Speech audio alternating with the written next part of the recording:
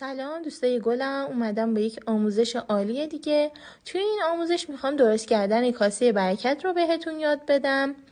دوستان، از اونجایی که میدونید گندم در دنیا نماد برکت به حساب میاد و شما میتونید با گذاشتن یک کاسه گندم در جهت جنوب شرقی برای ثروت و برکت و یا شمال غرب برای روزی مرد خانواده ثروت و برکت را به خونه های خودتون روانه بکنید.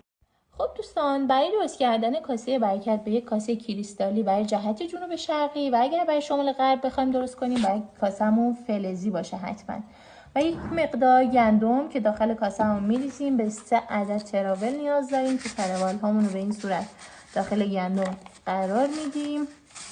به 3 عدد چوب دارچین نیاز داریم که من روشون کد جذب پول نوشتم که قرار میدیم و 1 عدد کشتی برکت. 3 عدد برگ بو که انرژی فوق‌العاده‌ای داره و شما میتونید علامت بی‌نهایت هم روش بکشین و 3 تا سکه، حتما باید 3 تا باشه، من 2 تا داشتم، اینا رو قرار میدم و سنگ آموتیس داشتم که میذارم برای جذب ثروت فوق‌العاده هست و شما میتونید از سنگ‌های یشم و سیترین هم استفاده کنید. به همین راحت.